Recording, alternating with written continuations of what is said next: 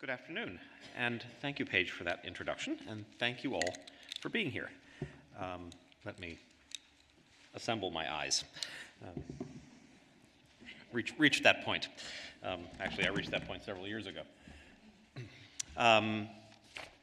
As Paige said, I'm part of a two-part team today with Kate Harper, my colleague in Prints and Drawings, and my co-curator of the show that's up in the Brown Gallery right now. Our job is to set the scene for Van Gogh's world for the weeks to come, when you'll get more presentations in this series on subjects as varied as... Is there a... Yeah. Okay. Okay. On subjects as varied as food and music and the technical analysis of paintings, on the Roulin family, and also on the making of Katie's show, Katie's brilliant show, which is currently on view in the Gogh Gallery, and which, if you have not seen, although I imagine most of you at this point have, you should go to immediately, well, after the lecture, because it's a work of it's a profoundly moving show about a very special moment in an artist's development and in an artist's life. One that doesn't actually come along very often, a chance to sort of see within a particular moment very often. And what Kate and I want to do is set the stage for Van Gogh in this period, at this moment when he, not to talk about him specifically, but to talk about the environment out of which he came. Because one of the very first things you need to know about Van Gogh and to keep in mind about Van Gogh is that he was not French. He was Dutch, or Van Gogh. And all of his early life, his experience, and his artistic training came not in Paris, but in the Netherlands. And that matters quite a good deal, actually. For unlike some artists or writers who seem almost to be born in the wrong place, and only become fully themselves when they move to a new country or a new continent.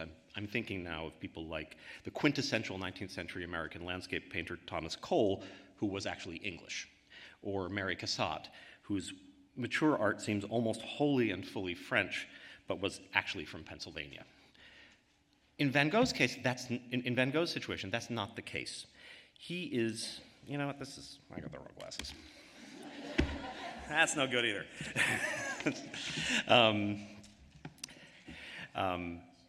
With Van Gogh, that's not the case.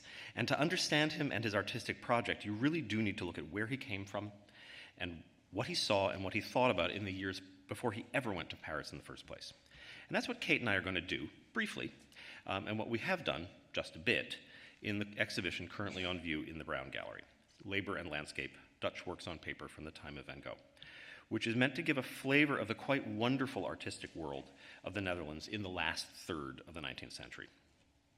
For reasons that Kate will get into later, a lot of that artistic universe revolves around a group of artists now known as the Hague School, after the city that is the capital of the Netherlands and where many of the artists trained or lived.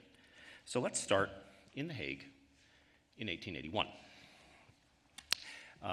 Actually, no, let's not. We're downtown, and it's a nice summer day. You can tell it's a nice summer day because it's not completely clouded over. This is the Netherlands, after all. So instead of walking around downtown and exploring the city, let's go to the seaside. It's a beautiful summer day, and for any of you who have spent beautiful summer days in the Netherlands, you know they are not to be wasted. So we are going to go to the beach. And since we are in The Hague, near the coast, the obvious place to go is the town of Scheveningen. It's a picturesque fishing village, a real working town, just a couple of miles from the center of the city. You'll love it. You approach down this long, straight path here,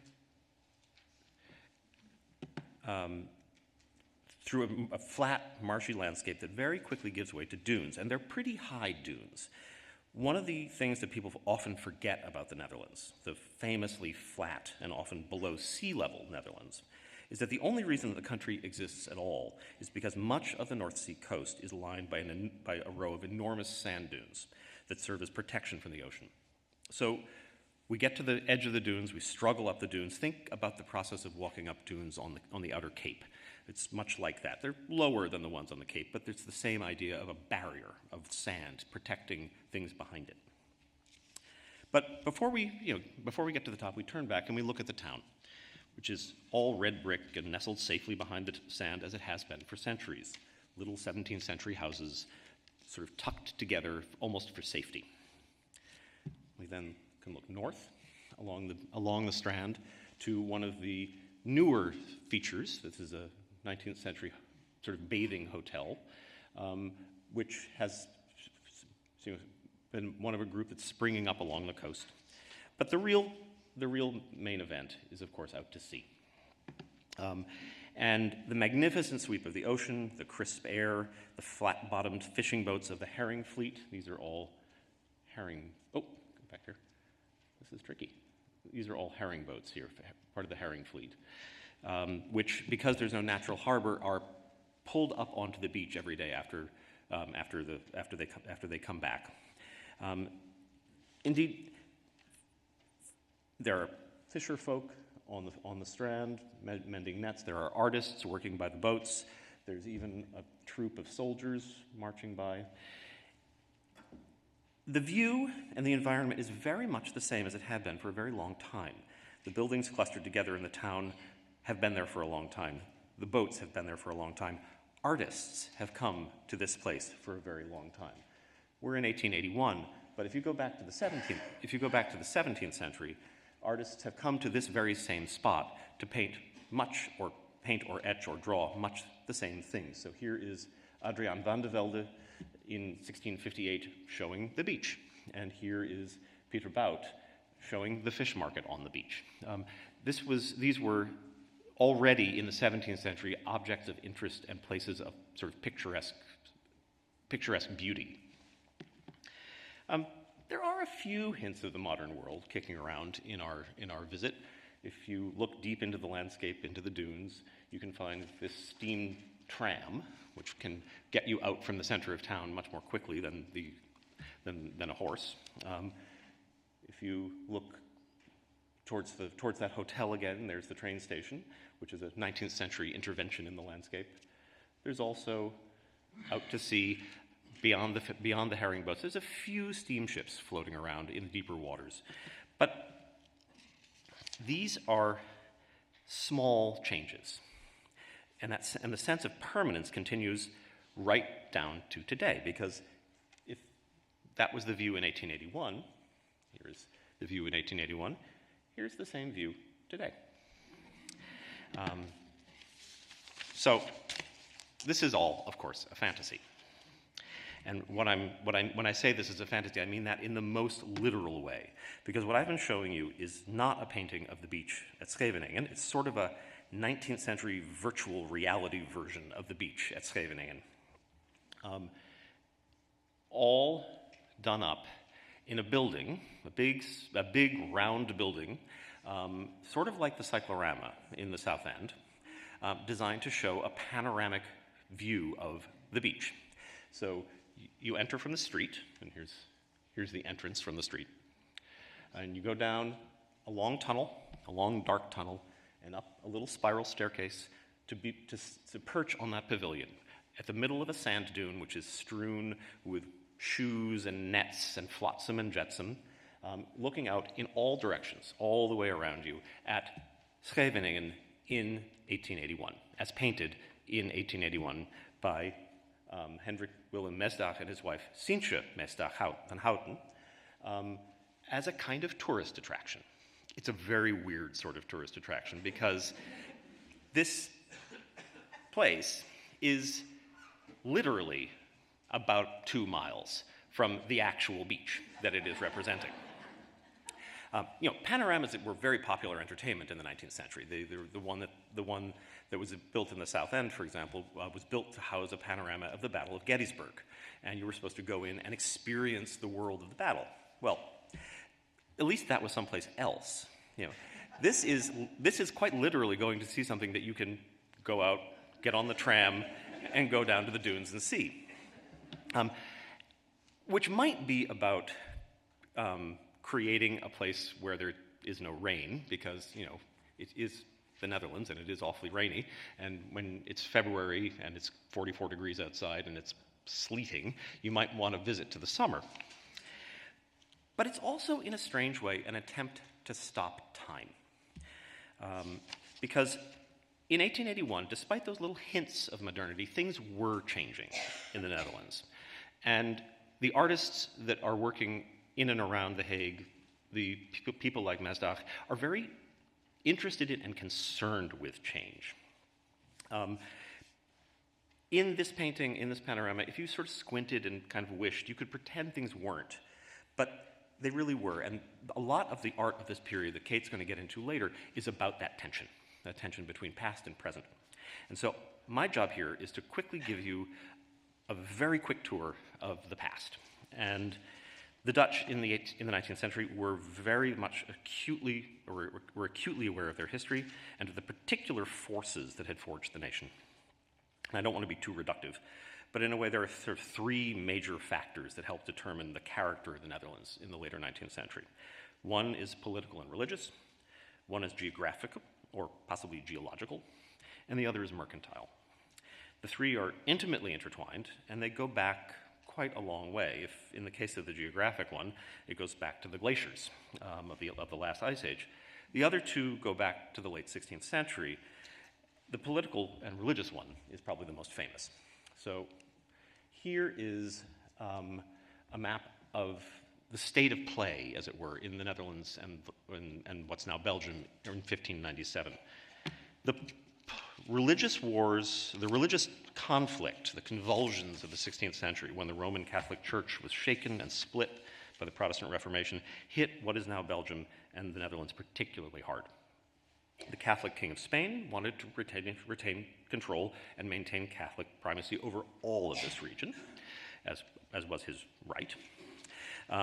Protestant rebellion there was Protestant rebellion throughout the later decades of the century, throughout the whole area.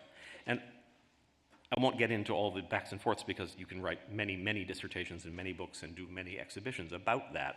But the ultimate result is a breakaway, a political and religious split, and a huge population exchange, which results in many, many, many people from what's down here in the yellow bit, moving up to the red bit.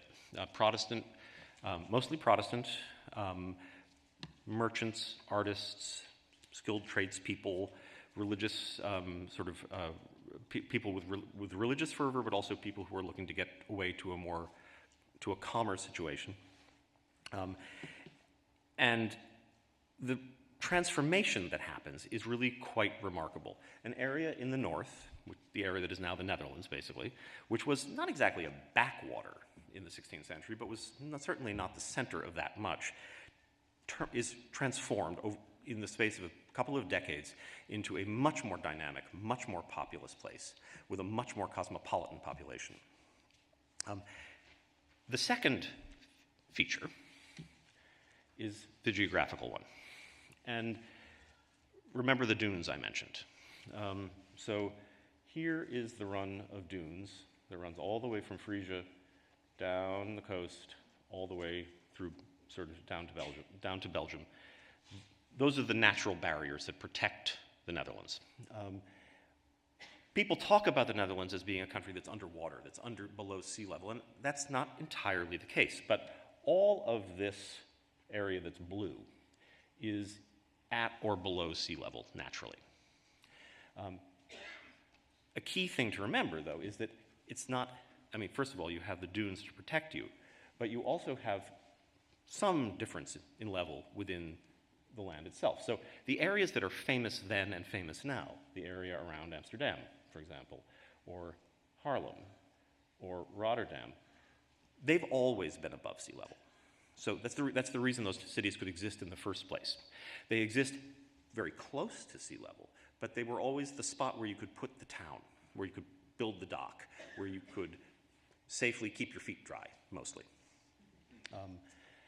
It's also quite interesting, and this isn't really something that people have talked about all that much, that the areas that are red, which turn into the United Provinces, the putatively Protestant United Provinces, are also pretty closely matching the areas that are blue, which is an interesting thing to think about in terms of what land is worth fighting for in the end if you are going on a decades-long campaign to reconquer a country.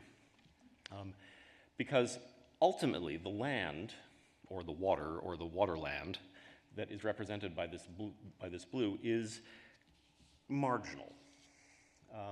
And there's few images I've ever found from the 17th century that are better than this for conveying the character of that land. This is a print by Anthony Waterloo, probably from the 1630s. And it's a bit of a cheat because he's clearly drawing this landscape from a fairly high vantage point, a vantage point that could not possibly exist naturally. He's either pretending that he's flying or he's up a church tower. Because this is, for anyone who's ever spent any time in the Dutch countryside, this is a very, very accurate, compelling presentation of the way the land feels, the utter flatness of it, the way it's gridded and divided by waterways, both natural and artificial. You have this river-like thing, which might be natural or might be artificial, which is walled off by a dike and connected to a lower land behind it by a sluis, essentially a lock here. This sense that all of this land is back and forth between water and dry. It's very fertile land. When you get this place dried out, the agriculture can be very productive, but there's very little else that would get you rich. It's not a place where you can dig for gold and diamonds. It's not a place which is about resource extraction. So the fact that you're living in this marginal universe back and forth between water and land, and you're living in this place which has very easy connections to the ocean and very easy connections because of that to the world, brings you to the third factor, which is maritime trade. And very quickly, if you're an ambitious person who wants to be rich in the United Provinces, in the new country, your eyes turn overseas. This is a painting in the Rijksmuseum of the return of the second fleet that went from Amsterdam, well, Haarlem and Amsterdam, to what's now Southeast Asia, or what's now Indonesia and Southeast Asia, bringing back spices. It was hugely profitable, and it's celebrated in a painting, I should have put the dimensions, that's not much smaller than this screen. I mean, this is a major national event, the return of this fleet. And it's the beginning of a centuries-long focus on international trade and international conquest that is the third piece of the Dutch history at this point. It's a piece which is come under a great deal of new thinking of late. It's because it's also a period which results in an enormous amount of economic exploitation, and human trafficking. This is the Dutch East India Company. There's also a Dutch West India Company. And the whole edifice of Dutch wealth in this period is built on a very complicated edifice of trade, extraction, and exploitation, including deep involvement in the international slave trade in the 16th and 17th centuries and 18th centuries, an involvement which is only just coming into Dutch sort of national conversation. It has, after having been swept under the sort of the metaphorical carpet for many, for many decades as part of. That's better. As part of a national conversation about the nature of the nation and the nature of the country. Every country spends all of its time thinking about its past, even now. And that 19th century tendency to look in the past is mirrored today in a new and different way of looking at the past.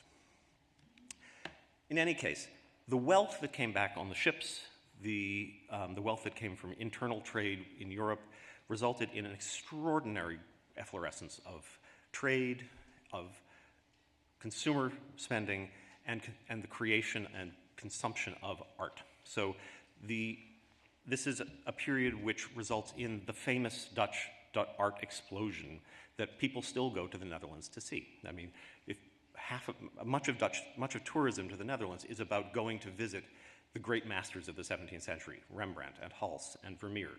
And much of the reason that people come to this museum now, with our new focus on 17th century Dutch and Flemish art, there's a magnetic appeal to this extraordinary explosion of creativity that happened in the first 3/4 of the 17th century that is still part of both Dutch national identity and also international perceptions of Dutch national identity. So this period of great wealth kind of begins to fade a bit towards around the 1660s, but the Netherlands remains a wealthy country. I mean, it's not quite as dynamic as it had been in the later 17th and 18th centuries, but it's still a rich place. It's still a place living essentially in the same patterns that it had lived in the 17th century. It's one that has a great deal of reserved wealth. It has a great deal of international commerce and contacts. 18th century Dutch art is a period of sort of retrospection. This is one of my favorite 18th century Dutch paintings by Jan Eckels, of a writer trimming his pen. You can tell that Eckels is looking backwards a little bit towards 17th century models, to the idea of domestic interiors and quiet activity. But it's also a country that's keeping itself up to date. This is the main hall of the most wonderful place in Haarlem, the Tylers Museum, which was founded in 1784 as a kind of Enlightenment experiment in gathering all of the world's knowledge together.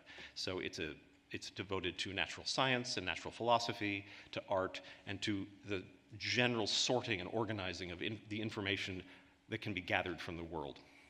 This is its original 18th century hall, and if you're ever in Haarlem, I recommend very strongly a visit. There are few places that are as evocative as this of the world of the 18th century. So everything is sort of burbling along. There's not great dynamism, but there's no great collapse either. And then this guy shows up. And it turns out there's a course on the art of the Napoleonic era coming up. Kate and I didn't know that until we were sitting here in the seats. So this is a small prelude of what's to come. When Napoleon sweeps out of France and disrupts politics and political borders all over Europe, he also disrupts things in the Low Countries. So he conquers the Netherlands and what's now Belgium. He sets up his brother as the king of a new kingdom in that area. Eventually, when Napoleon is beaten back, the idea of a united kingdom of the Low Countries sort of stays in people's minds, and at the moment of restoration of the previous political order, Willem I clearly takes a cue from Napoleon. I mean, right down to the embroidery on his chair. So Napoleon tends to have an N surrounded by a wreath, so here we have a W surrounded by a wreath, and sets himself up in a Napoleonic mode as the king of the United Kingdom of the Netherlands. And here's where things start to go poorly, because Willem is not a very successful monarch in this new kingdom. From the very beginning, there's issues around religious coercion and around economic cohesion. And in 1830, as part of a sort of civil war and general unrest in Europe, the southern bit, what's now Belgium and Luxembourg, breaks off and becomes an independent country, which is significant because before Napoleon showed up, things have been kind of, as I say, burbling along in the Netherlands without too much economic dynamism. This is the moment of the Industrial Revolution. This is the first Industrial Revolution, the beginning of steam power, the beginning of mechanized weaving in England and in northern France, and, as it happens, in Belgium. Belgium is one of the first places on the continent to become economically tied into this new industrial economy. And when Belgium breaks off, it maintains its momentum as an industrializing area, but it cuts the Netherlands away from that new economy, and things kind of go a little flat again. That's not meant to be a joke. in the north, which means that the whole enterprise of the Industrial Revolution is a little bit later in the north than it is in, say, England or in Belgium or in northern France. It doesn't mean that nothing changes, but it's all a couple of decades later. So they start to get their act together.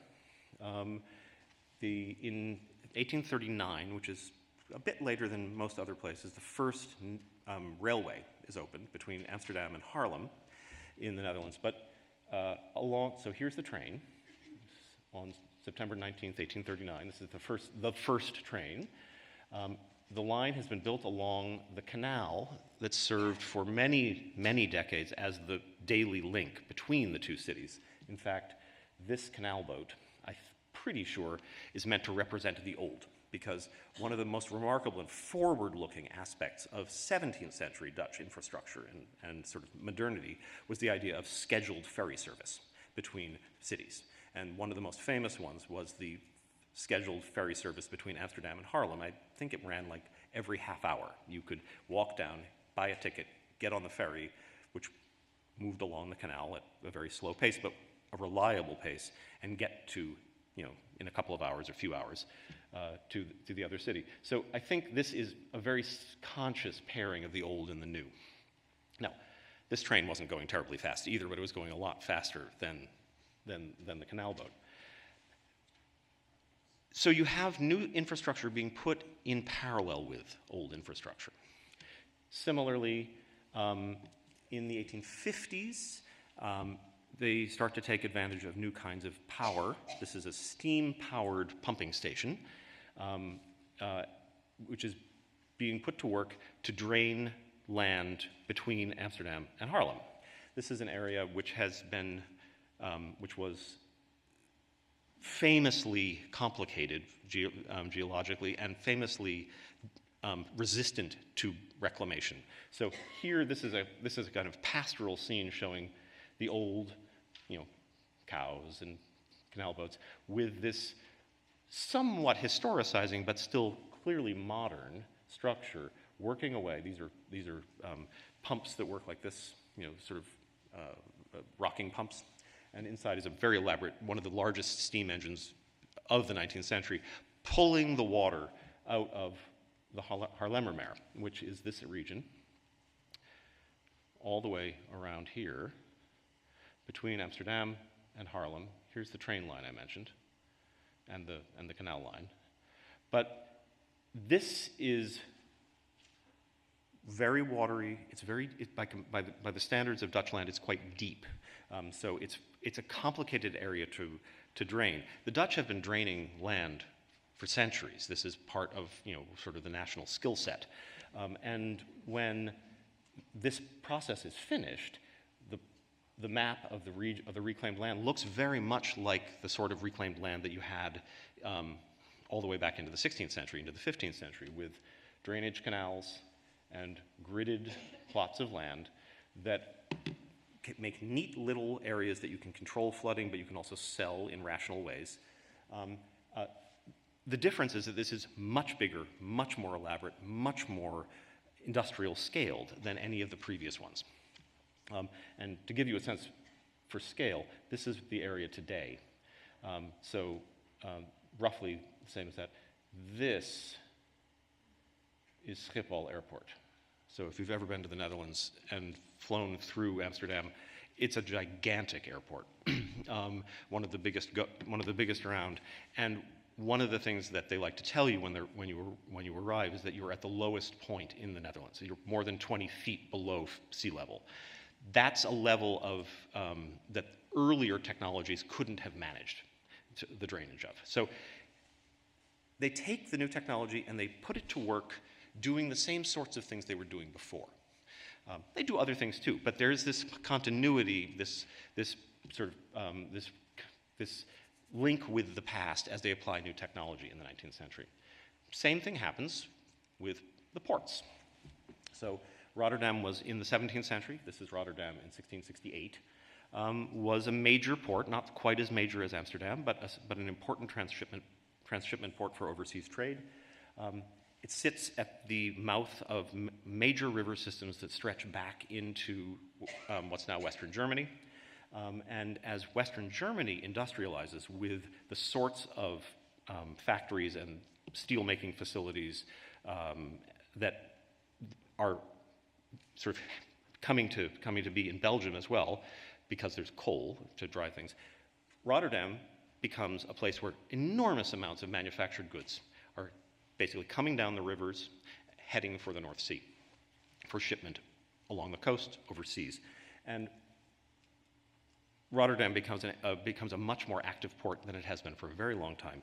It's not an industrial center in the way that, say, the big German cities along the Rhine are, but it's an important part of that economic system. So they say we need new docks, and in the 1870s, they build a series of new docks on artificial land that basically overwhelm the existing 17th and 18th century city. This is, in the show, you can see a view of a harbor with a sort of contrast between older sailing vessels and new steam vessels. That's the kind of contrast that people are becoming aware of in the 1870s and 80s and 90s, the sense of the old being overtaken and overwhelmed by the new. Just to give you a sense of perspective, though, this is the 1660s. This is 1907. This is the port of Rotterdam today. Everything in darker blue is the port. It's the largest port in Europe. It's the only port in Europe that really competes with the big Asian ports. This is a process that has been going on and on. It's not something that stopped in the 19th century. The Dutch landscape has been changed and converted and re-engineered over and over again throughout this whole period. So the show that Kate and I did and the art we're going to talk about is at the beginning of this phase. It's not something that stopped. And yet, even when you're building new and big infrastructure projects, like this canal, which connects the somewhat silted up port of Amsterdam here, kind of Amsterdam glowing in the distance, to the North Sea. This is a new canal that was built in the 1870s to get bigger ships to the docks, bigger ships to the city. You think in ways that are linked to the past. So this is a celebratory Christmas card sent out by the Amsterdam City Guard in 1876, so just about a month after this canal opened. It's a little canal about the new piece of shiny new infrastructure, but they are carefully putting it under their own name of their organization, which is the Nachtwacht, the Night Watch, which is a very conscious reference to the glories of the Dutch artistic past. Similarly, when it comes time to do a medal to celebrate the new canal, they turn to the medieval seal of Amsterdam. This is the Amsterdam flag, and this is something that looks like it came out of the 15th century, but is actually from the 1870s and done by young artists. These are artists of the 1870s who are in their 30s. So this is the radical new in the 1870s. They're still looking backwards. I know I need to pick up the pace a little bit. So I'm almost done. The city is participating in the international economy in all sorts of ways. It has international World's Fairs, but it also is building permanent monuments. And this is two gigantic buildings, both built in the 1880s in Amsterdam. One is the train station, and one is the museum. The old joke about Amsterdam is that it's a city where the train station looks like the museum and the museum looks like a train station. They're both of the same moment, they're both by the same architect, and they're both using the same language on a monumental modern building. A train station is a very modern sort of invention on artificial land. A museum is a 19th century invention in a way, and the same architect designs both and uses the same visual language. visual language that goes back on these modern structures. It goes back to the decorative styles of the 16th and 17th century in the Netherlands. So even these new things are given a patina of old. So just out of curiosity, now that you've had a chance to look, which is which? Is the train station left or right? I hear mixed. The train station is actually on the left, yes. And you can tell because it says Central Station there. But the joke rings true. They are of the same spirit. One last point, though, and then I pass it off to Kate. The museum, which we think of as an art museum, is not an art museum. The Rijksmuseum, this one, is a museum of the Netherlands. It's not the museum of the art of the Netherlands. It's a museum of national identity and national history. So when you go through the galleries in the 1890s and when you go through the galleries today, it's a mix. It's about Dutch artistic greatness, but it's also about Dutch history. So there's exhibitions about Rembrandt as a painter. There's also exhibitions about overseas exploitation. And they try to keep that in close balance. And yet, at the center of it is the Gallery of Honor, which is meant to be the place where all of the museum comes together in one sort of central celebratory moment. And as Chris Atkins pointed out to me not long ago, the head of the Center for Netherlandish Art, there is no way to look at this space and not see it as a church. You process down the nave, under the vaults. There are chapels on either side, dedicated to particular saints, to particular artists, and they're sort of their most important works, because this is supposed to be the most important painting gallery in the museum. And at the end, where the altar would be, is Rembrandt's Night Watch. So it's embedded in the very building. So, and now, over to Kate.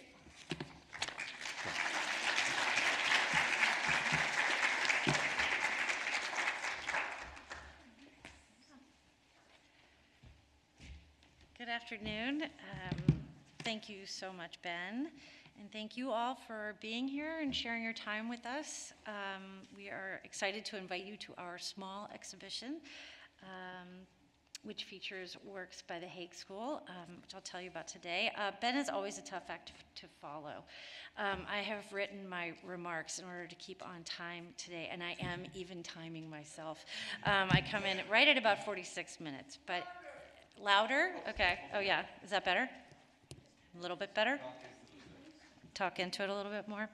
Okay. If I start reading too quickly, please someone pipe up and slow me down, if possible. In 1873, the French art critic René Maynard wrote about the works he had recently seen by members of the Hague School.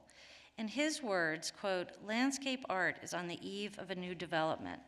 Slowly but surely and without much ado, the Dutch painters have returned to their roots. The Netherlands may rightly call themselves again a nation of painters." Mr. Maynard was referring to a work like this, a watercolor by Anton Mauve from about 1868. Mauve was among the first generation of artists we now refer to as the Hague School. This group dominated the Dutch art scene from the 1870s to the 1890s, give or take about a decade on either side. Artists of the Hague School won awards, held exhibitions, and satisfied an eager audience of collectors for their works. Yet theirs was a short-lived celebrity. Mr. Maynard would have been shocked to learn that only 100 years after he wrote his admiring review of their work, the very artists who had elicited such praise from him had virtually disappeared from the stage. Their works had been relocated to storerooms, and the details of their lives had been all but forgotten. Fortunately for us, the Museum of Fine Arts has one of the richest collections of this Hague School material outside of the Netherlands. This is largely due to the efforts of two men, Cliff Ackley and George Abrams. Cliff Ackley was curator of the Department of Prints and Drawings here at the museum from 1964 until his retirement in 2020.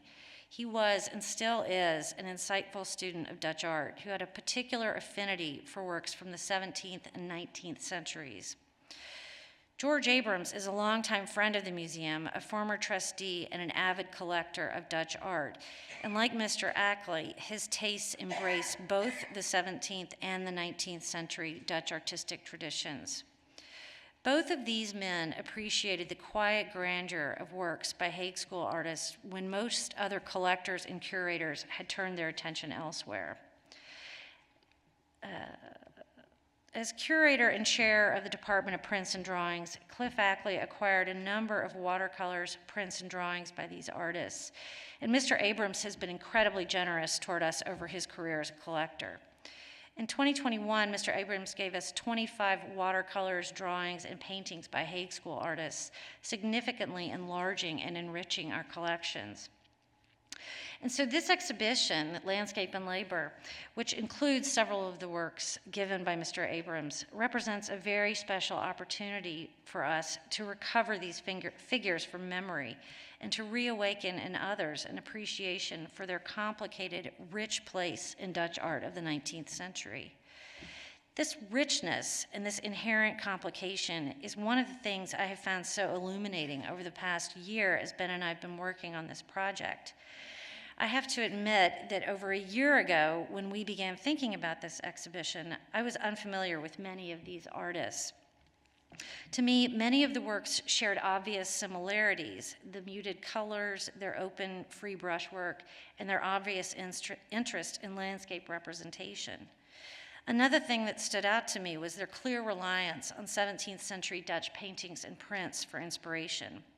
I'll return to this point in particular, but it suffices to say that I was very reductive or simple in my understanding of these figures and their role in the Dutch art tradition. As I began learning more and more, I began to understand the real complexities of this school and each artist in particular. I like to group things and so that I can sort of mentally file them, but each of these artists and the school as a whole often resists categorization. I hope that I can help you see this and how these figures collectively occupy a very special, singular place in the 19th century. They were not just placeholders. They were not just between Rembrandt and Van Gogh. They were stepping stones in very important and surprising ways. They surprise in their modernity and their near abstraction. They surprise in the differences among them. And they surprise in their traditionalism, something that they themselves acknowledged but experienced ambivalence about. They also surprise in the cohesiveness of their work as well as their variations, which I hope you can see here. In terms of your focus in your course, it is important to understand that these figures were absolutely critical to the young Van Gogh's development. Along with many other artists, they formed his root system. They were his teachers, his models, his stimuli, and at times they were the foundation against which he reacted.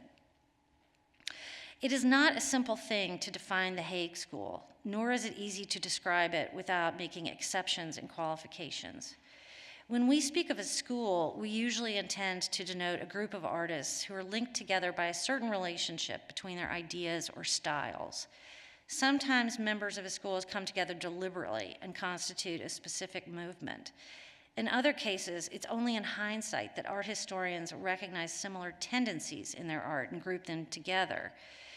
In some cases, a school can denote a grouping of artists around a particular location, so the Amsterdam School, for example. In this case, the school may extend over a number of generations, and its artists may not have identical aims.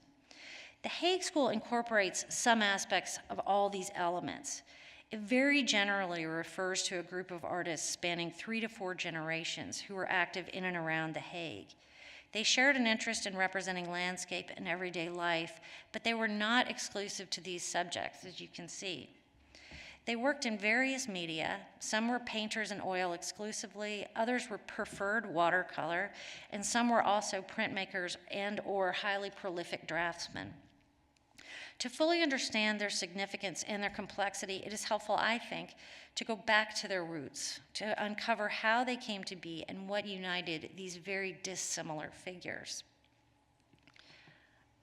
The beginnings of the Hague School really go back to the 1830s and 40s, when a number of artists came of age in Holland and began searching for artistic instruction and inspiration. Here I'm showing you a work from about 1800 on the left and about 1830 on the right. These works are typical of mainstream Dutch art from the early to mid 19th century. They're beautiful, picturesque works, to be sure, but exciting they are not. Our Hague School artists emerged during a time of relative stagnation in the art of Holland.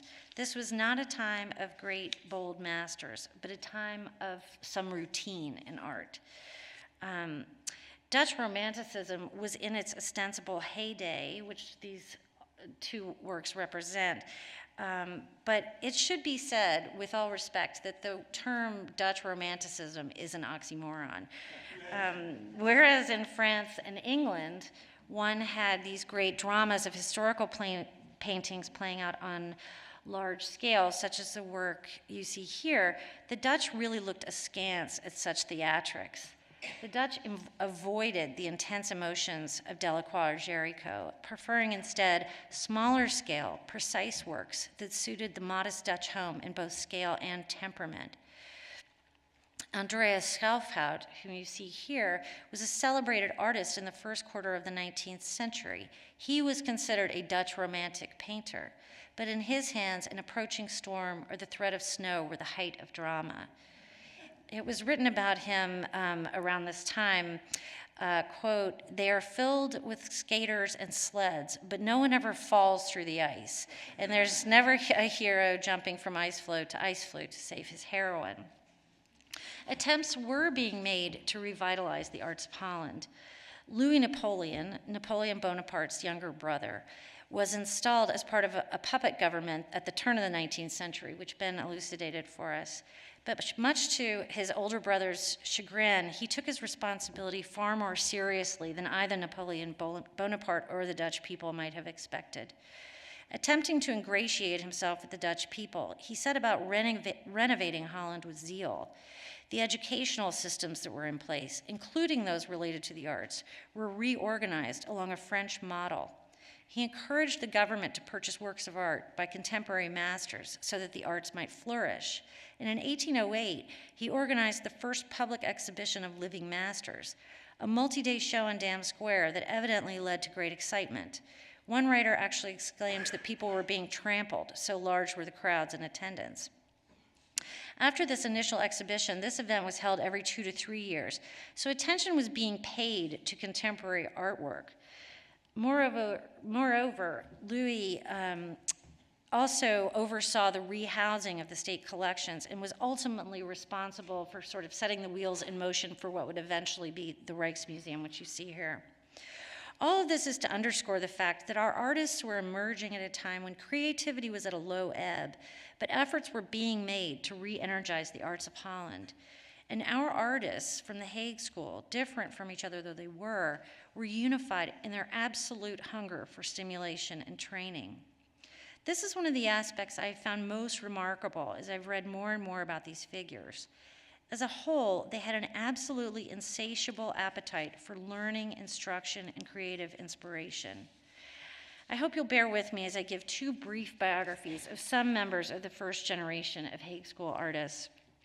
This is not to bore you with their life details, nor to simply roll off their life stories, but to give you a very real sense of how earnestly they were seeking. They were fledgling artists starting out in a place rich with tradition, but at that particular moment, creatively stale. They pushed and pushed and pushed themselves in order to find what they were seeking, even when they themselves seemed not to have known exactly what they were looking for. Joseph Israel was born in Groningen to a Jewish family. As a child, he was sent to the French school in Groningen in preparation for a rabbinical education. As a young boy, he worked at his father's securities office. There, he met Hendrik Willem Mesdag, who is now familiar to you from Ben's talk. At his suggestion, and with his father's blessing, Joseph entered the Minerva Academy in Groningen, where he learned the basics of art. He also took lessons from local painters and finally secured a position as apprentice in a local portrait painter's studio. In 1842, he moved to Amsterdam to take lessons at the Rijksacademie. But 1845 proved to be a major turning point in Israel's career when he saw this painting, Gretchen at the Spinning Wheel, by a Dutch painter who was then working in Paris. Aha, thought Joseph. He realized that he too needed to travel to Paris, as it had clearly inspired his compatriot to great things. Paris in the 19th century was, of course, central to the art world, and it offered a great many opportunities for an artist starting out. There was the authoritative École des Beaux-Arts, where students could train, and numerous studios were operational where artists would take on students, offering a kind of personalized art instruction for the real world. Joseph entered the studio of François-Edouard Picot, an artist working in the grand neoclassical tradition of Jacques-Louis David. Picot was a major figure at the time. He had been awarded the highest honor in French painting, the Prix de Rome, and had gained admittance to the French Legion of Honor, the highest honor for any citizen of France. Picot had over 70 students, so Joseph must have felt excited, stimulated, and I would imagine somewhat anxious. He responded to this environment with zeal. He worked every day in the studio until late afternoon, when he would go to the Louvre and copy the paintings by the great masters, Raphael, Velázquez, Rembrandt. In addition, he attended classes at the École des Beaux-Arts every evening. Joseph pursued this relentless schedule of learning and working for 3 years in Paris, and then returned to Amsterdam, only to leave again for Dusseldorf for 3 more years. During that time, he traveled extensively. He visited the town of Oosterbeek on the coast of Holland, Paris again, and also Barbizon, and eventually returned to the Netherlands. Throughout this period, Joseph was gaining a following. People who saw his work in exhibitions responded quite favorably. He executed works like this, Passing Mother's Grave on the left and Fisherman Carrying a Drowned Man on the right. These are from about 1856 to 1860-61. These represent, on one hand, Joseph's academic background, as well as his emerging interest in realism. There's a sort of heroicism and drama about the works, particularly the one on the left, but rather than idealizing his characters and representing them as muscled beauties, he represents them with a frank, natural authenticity. And his subjects were real. He was not representing a scene for biblical history or a mythological tale, but a scene from the lives of everyday fishermen. His continued experience and his exposure to artistic traditions throughout Western Europe brought about a gradual shift in Joseph's art, and he began to focus only on landscape. And here I'm showing you a watercolor from 1864. He himself wrote about this evolution in his thinking and in his art.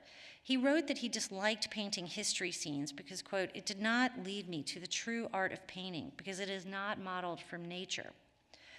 So nature he sought, and for that he went back to the Netherlands. Joseph moved first to the seaside town of Zandvoort, and here you see him at the beach. And from around 1855 on, life on and around the sea was his focus. He concentrated on beach scenes and landscape. He captured light effects on and around water, mothers and children playing in the surf, and the lives of local fishermen. This painting by Israel in the Rijksmuseum typifies much of his work from this period. In 1870, he finally settled in The Hague, continuing to paint landscapes and images of the lives of fishermen, as well as works that have a strong emotional character about them, such as this. Over the course of his career, Israel gained great celebrity in Holland and abroad. Scottish and British collectors were especially fond of his work. His fame is attested by the fact that a monograph was written about him during his life. He was richly decorated in his life. Awards, exhibitions, and celebrations were held in his honor, all of which can be summed up by this sketch, which was published in 1885 in the Amsterdam newspaper. And here Rembrandt himself crowns Joseph with a laurel wreath, representing the ultimate achievement for a 19th century figure.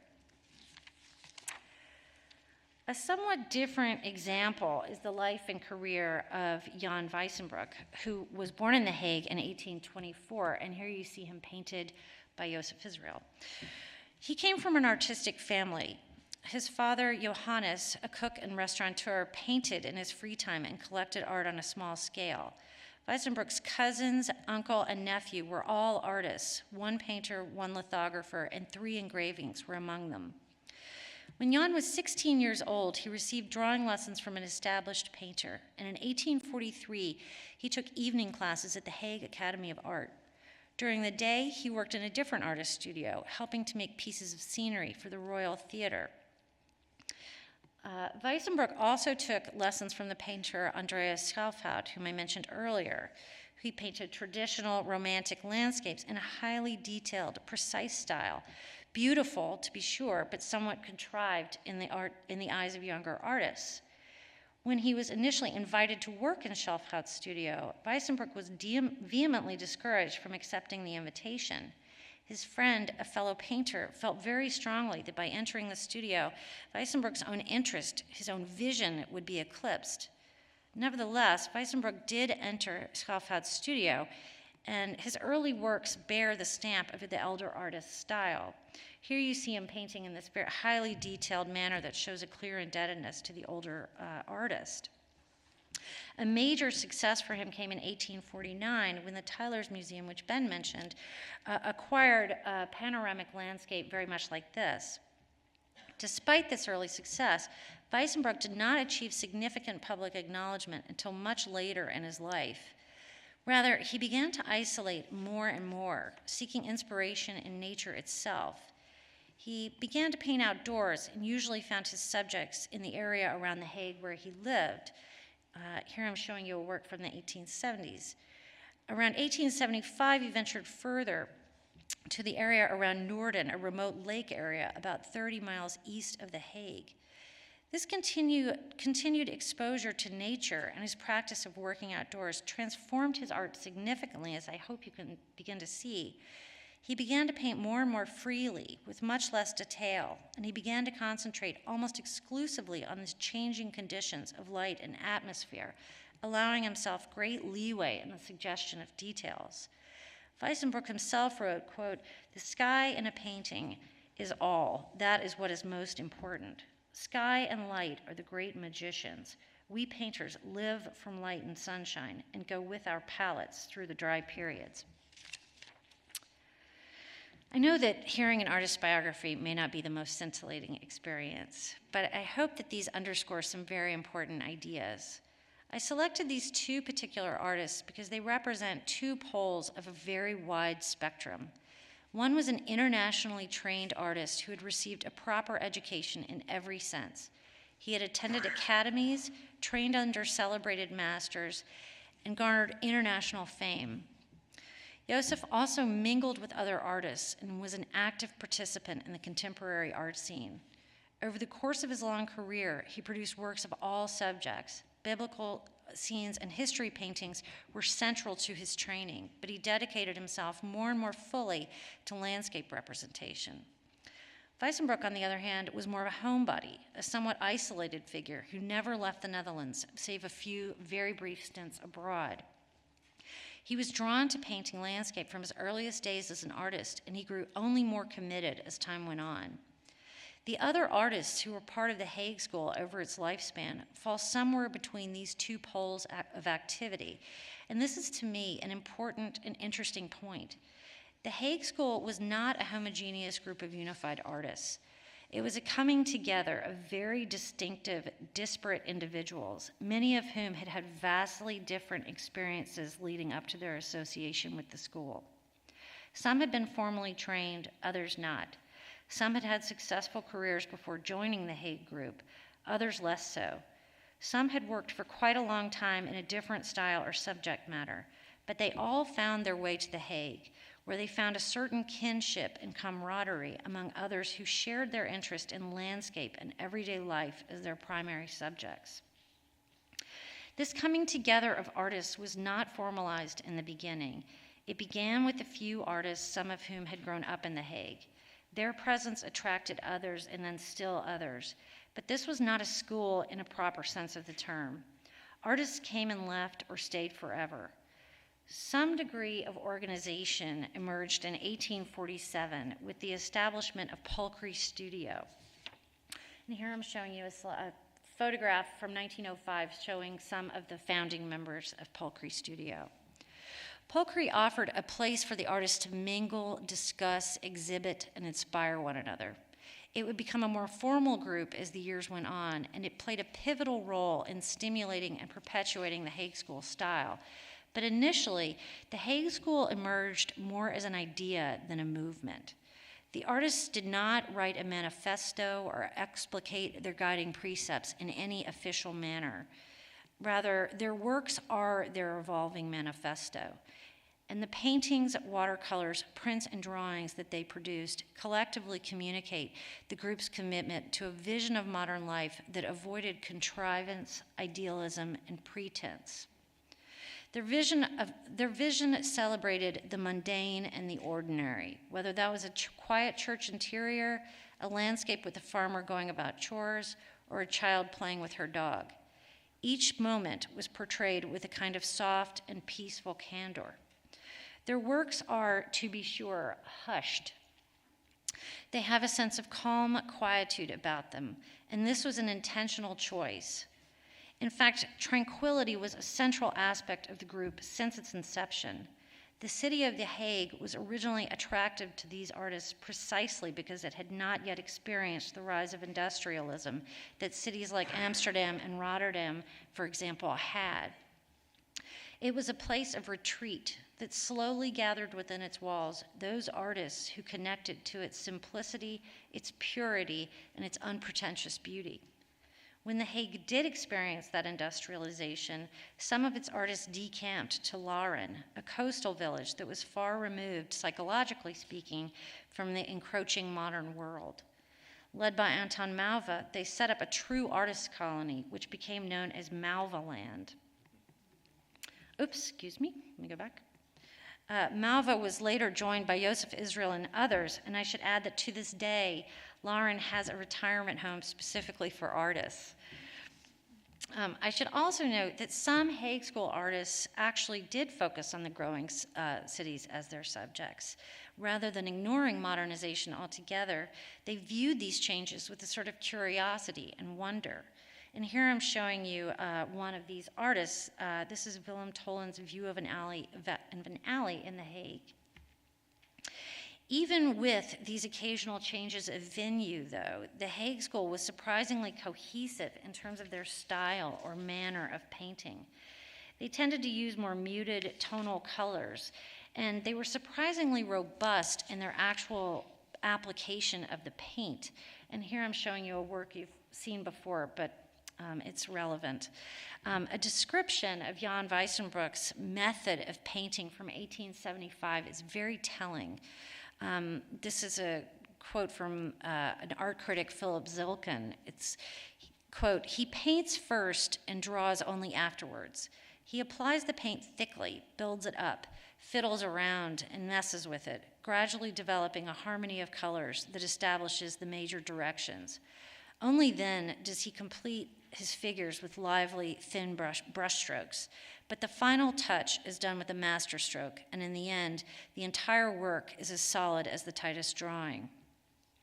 I'm just showing you some details here just to give you a better sense of his active way of painting, which was quite a difference from earlier eras. This description of Jan Weissenbroek's almost improvisational method of painting could describe many of the works by these artists. They often reveal an incredibly free, unrestrained artist behind the brush, one less inclined toward precise detail than rapid, uninhibited execution.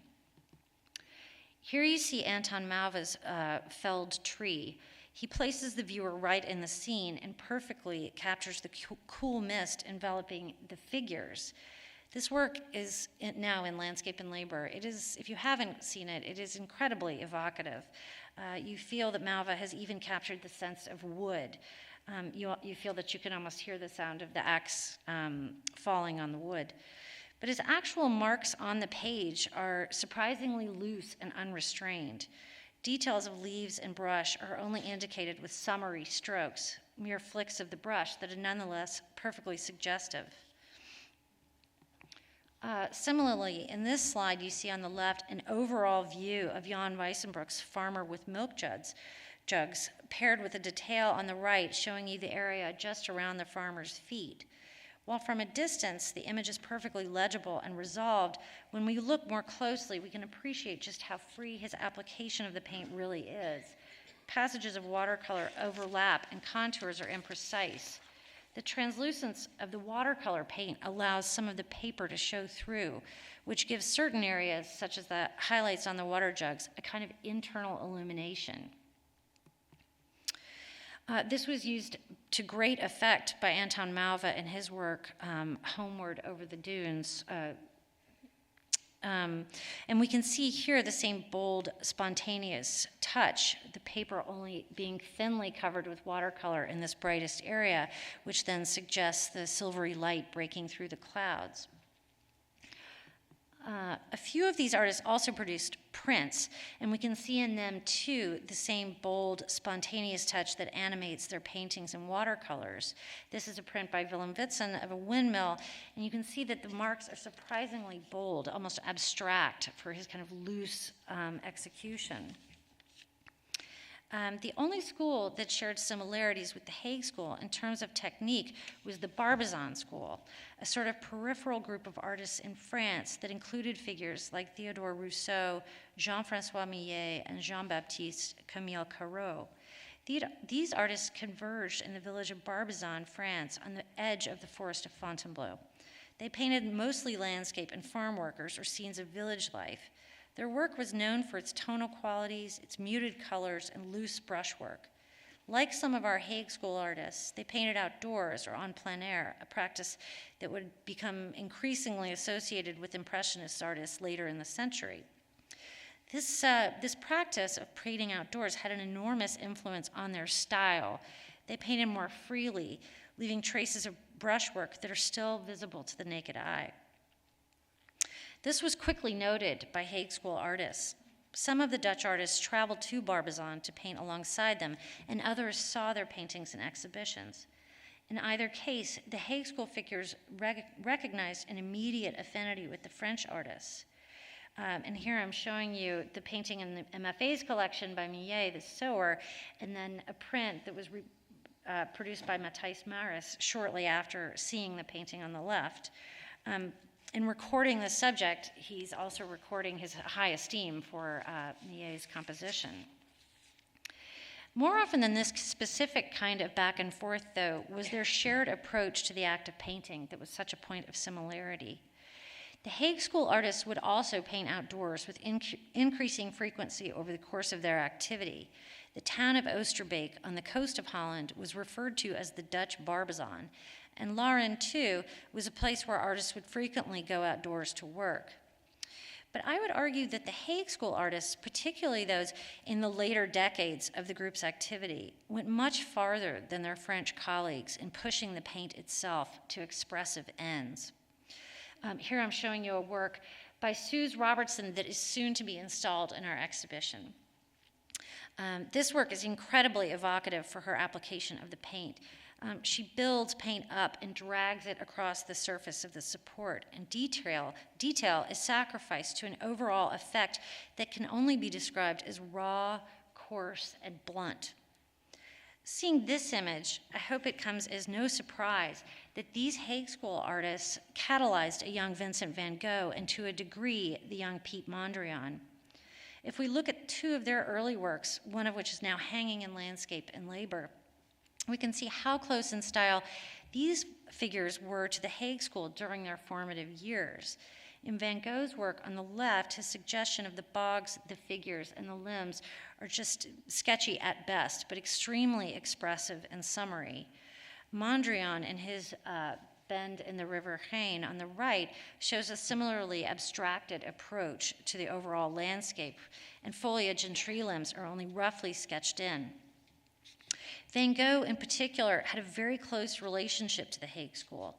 He was related to Anton Mauve through marriage, and he took lessons from the older painter.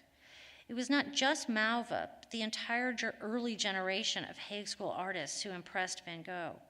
In 1882, he wrote, There was a body of painters, authors, and artists who were united, notwithstanding their differences, and they were a force. They did not walk in the dark, but were enlightened. They certainly knew what they wanted, and they did not waver. That Van Gogh, in particular, this great harbinger of the modern era, found in the Hague School a source of inspiration is telling. Van Gogh was, like the Hague School artists themselves, a seeker. He had a voracious appetite for artistic stimulation, and he recognized that the Hague School artists were doing something different. He saw in them what we have come to appreciate, that they were quietly radical in their technique and their subjects, and they were paving the way for a newer vision of modern life that he and his generation of artists would further explore. However, it would be an oversimplification to treat the Hague School as simply a modern style, because just as important as these artists were to shaping a new modern vision, they were also, in the most fundamental ways, highly traditional. And here I'm showing you the Anton Mauva on the left and a work from the 17th century on the right.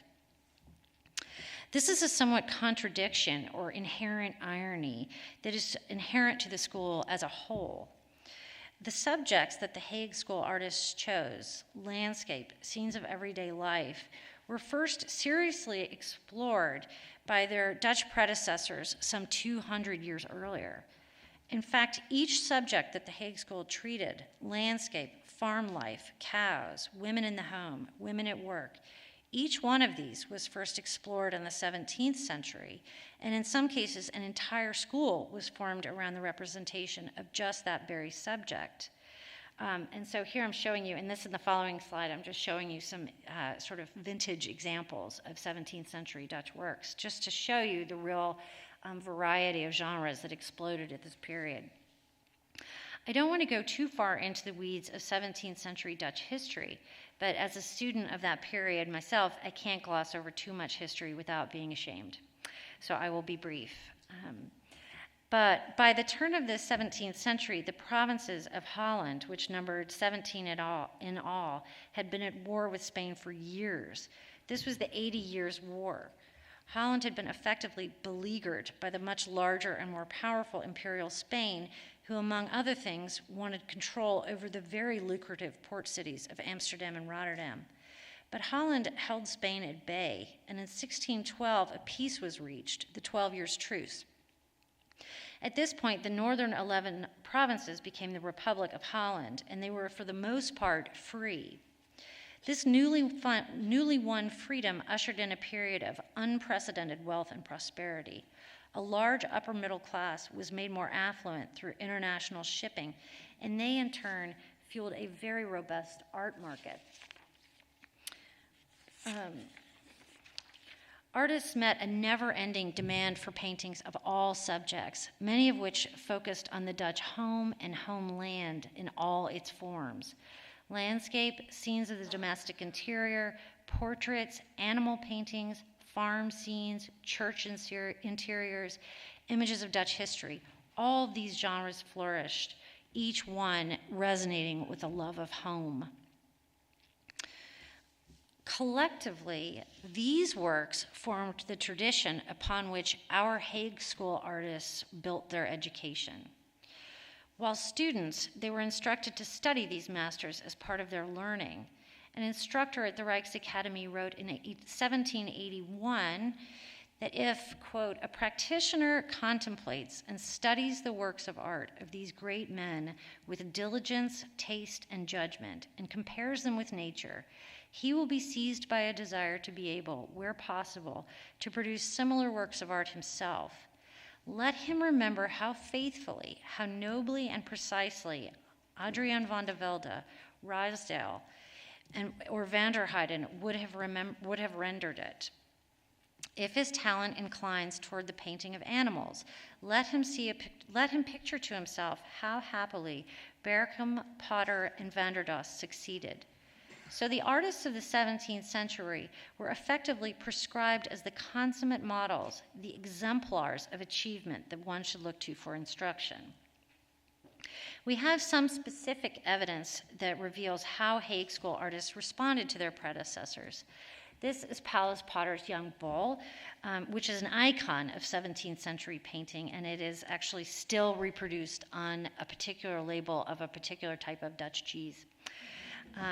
Writing in the in the mid-19th century, Gerard Bilders, who was a member of the first generation of Hague School painters, Bilders supposedly copied this painting multiple times and even went to a local butcher shop to buy a sheep's head so his studies might be more realistic. Jan Weissenbroek also copied a print by Rembrandt van Rijn. You see the Weissenbroek on the left and Rembrandt's original etching on the right, which actually is complete, even though it doesn't appear so. And he also recorded in a drawing Rembrandt's very own house here on the left, and then on the right you see it in a much more recent image. These are only a few traces of the Hague School artists' direct knowledge of and response to their predecessors. But we don't need such hard evidence of their continued relationship to their predecessors. Looking over their works, we can easily find memories of the earlier era. They absorbed their predecessors into their modern vision, not just imitating them, but revivifying them, rethinking them, reimagining them in the most modern style and with a kind of modernizing spirit.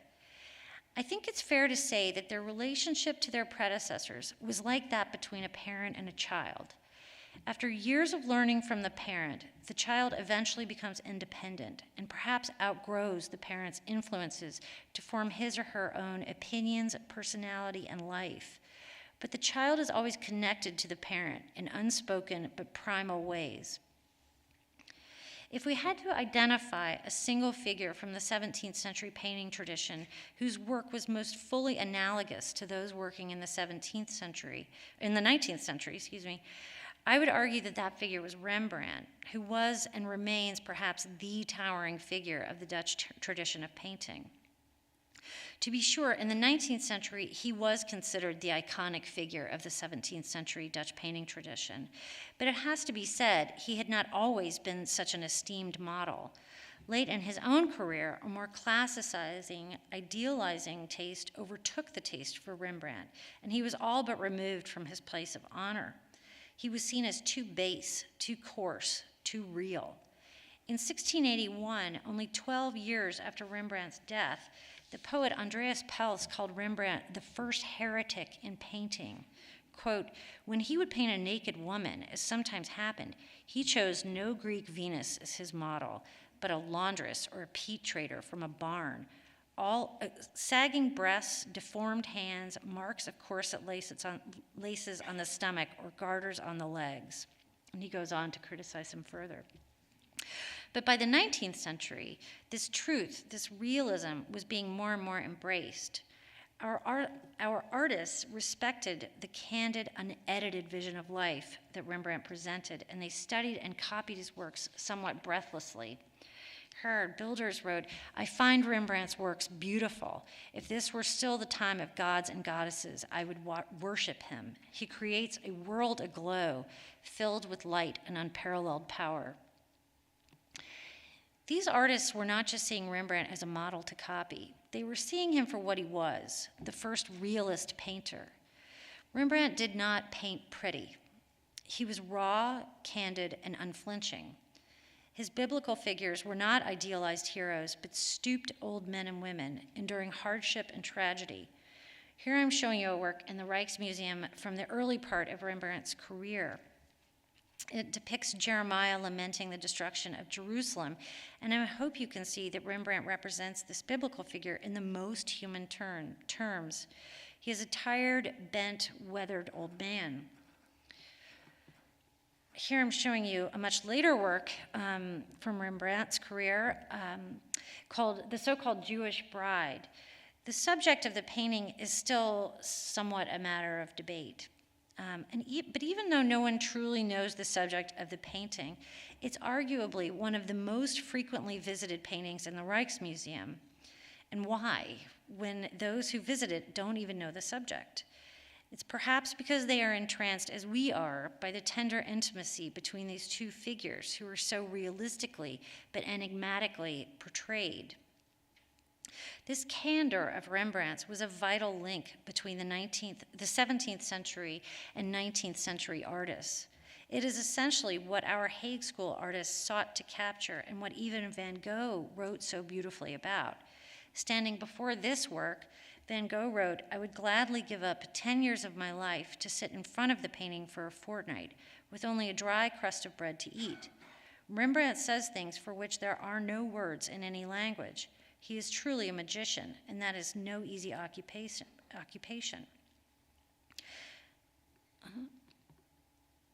More than simply imitators of great masters long gone, our Hague School artists recaptured their realism, their respect for the simple, everyday moment.